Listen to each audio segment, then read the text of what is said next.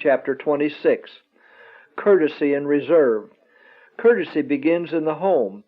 Parents, teach your children how to conduct themselves in the home with true politeness. Educate them to show kindness and tenderness to one another. Allow no selfishness to live in the heart or find room in the home. The youth who grew up careless and rude in words and manners reveal the character of their home training.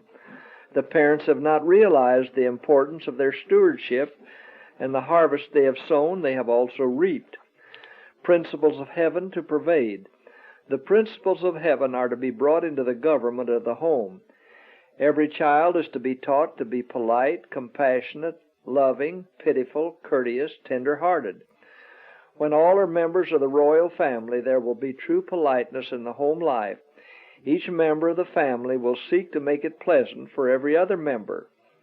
Teach it by precept and example. Children, as well as those of older years, are exposed to temptations, and the older members of the family should give them, by precept and example, lessons in courtesy, cheerfulness, affection, and in the faithful discharge of their daily duties. Respect for weary feet nearing their rest.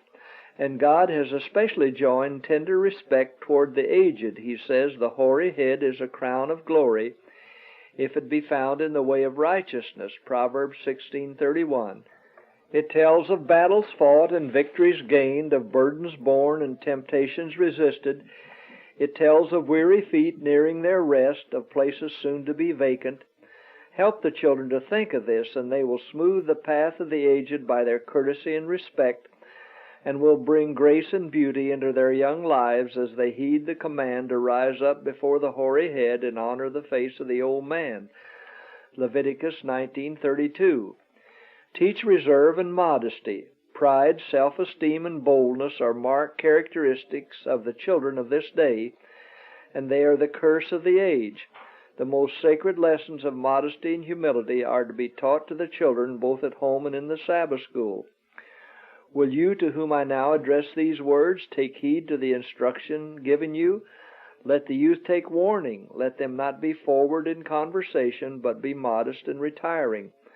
Let them be quick to hear things that will profit the soul, and be slow to speak, unless it be to represent Jesus and to witness to the truth. Show humility of mind by modesty of demeanor.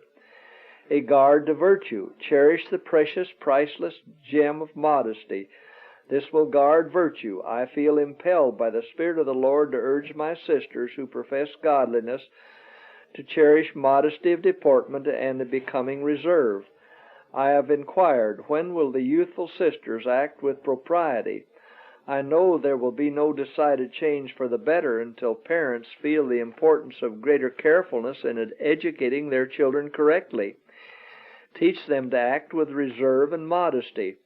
True graces, a child's truest graces, consist in modesty and obedience, in attentive ears to hear the words of direction, in willing feet and hands to walk and work in the path of duty. And a child's true goodness will bring its own reward even in this life.